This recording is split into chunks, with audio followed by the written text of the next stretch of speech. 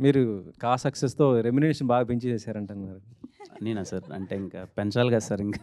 హ్మ్. ఇన్ని రోజులు ఏమి కొంచెం ఇబ్బందుల్లో ఉన్నాం. కొంచెం చూద్దాం సార్ ఏదోకటి. అంటే కరెక్టే. మరి పాపం అంటే చిన్న బడ్జెట్‌తో వచ్చే సినిమాలు వాళ్ళు ప్రొడ్యూసర్స్ ఎక్కువ ఉంటారు కదా! సార్. అలాంటి వాళ్ళకి మరి మీరు రెమ్యునరేషన్ ఎక్కువ లేదు పెంచేస్తే సార్. అంటే ఆయన ప్రొడ్యూసర్ గారు ఓ రూపాయి సంపాదించుకున్న తర్వాత తీసుకుంటాను గానీ, ఆయనకు రాకుండా అయితే తీసుకోను సార్. అంటే షేర్ అట్లా ఇలా తీసుకుంటారా? షేర్‌లాగా తీసుకుంటారా?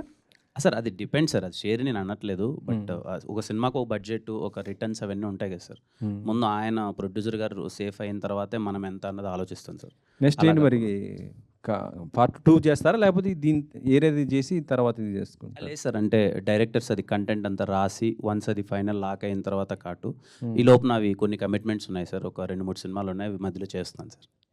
కిరణ్ గారు అండి. అయితే ఇప్పటి వరకు కా మూవీ బిఫోర్ ఆఫ్టర్ అన్నట్లు ఉంటుంది కిరణ్ అబ్బవరం లైఫ్ అనేది. సో ఈ మూవీ తర్వాత ఖచ్చితంగా మళ్ళీ కంటెంట్ బేస్డే రావాలి, హిట్ కొట్టాలి అంటే ఖచ్చితంగా ఆ హీరో కేర్ తీసుకుంటాడు, ప్లస్ ప్రెజర్ ఎక్కువ ఉంటుంది.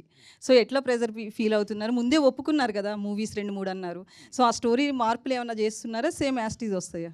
అంటే ఇప్పుడు నా నెక్స్ట్ రిలీజ్ అవ్వబోయే మూవీ అన్నది కాకముందే కమిట్ అయిన మూవీ. అది మేము చాలా జాగ్రత్తలు తీసుకొని చిన్న చిన్న చేంజెస్ ఏం చేయాలి, బెటర్ అవుట్‌పుట్ ఎలా ఇవ్వాలి అన్నది 100% బెటర్ అవుట్‌పుట్‌తో మేము ముందుకొస్తాం. ఇంక నుంచి చేయబోయే సినిమాలు కూడా ప్రతి ఒక్కటి ఐయామ్ టేకింగ్ కేర్ అండి. ఐయామ్ షూర్ ప్రతి ఒక్క చిన్న యాస్పెక్ట్ దగ్గర నుంచి ఆ పర్టిక్యులర్ జోనర్‌కి ఆ ఆడియన్స్‌ని ఎలా ఎంటర్‌టైన్ చేయాలని చెప్పి చాలా కేర్ తీసుకుంటున్నాను. జాగ్రత్తలు పడుతున్నాను. అయితే కిరణ్ అబ్బవరంకి హిట్ రావాలి అనేది అంటే ఒక ఇంట్లో వాళ్ళ కొడుకు లేదా వాళ్ళ తమ్ముడో అన్నో ఉంటే ఎలా ఉంటుందో వాళ్ళకి హిట్ రావాలని ఎలా కోరుకుంటారో మీ విషయంలో అలా కోరుకున్నారు. సో అది ఎలా అనిపిస్తుంది? ఈ నెల రోజులు అవుతుంది అప్పుడే. నా అదృష్టం అండి. నేను చాలా సందర్భాల్లో చెప్పాను. సినిమా ఇంత పెద్ద హిట్ అయింది, ఇంత కలెక్షన్స్ వస్తున్నాయనే దానికన్నా నన్ను ఓన్ చేసుకున్న విధానం ఉంది కదండీ! అది నా అదృష్టం అండి. అది చాలా అతి తొందరలో, అతి ఎక్కువగా నాకు అది దక్కిందని నేను కోరుకుంటున్నాను.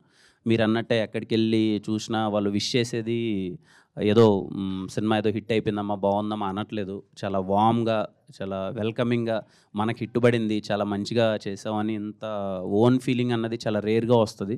అది నాకు దక్కినందుకు ఆ విషయానికి చాలా ప్రౌడ్‌గా అండ్ హ్యాపీగా ఫీల్ అవుతున్నాను.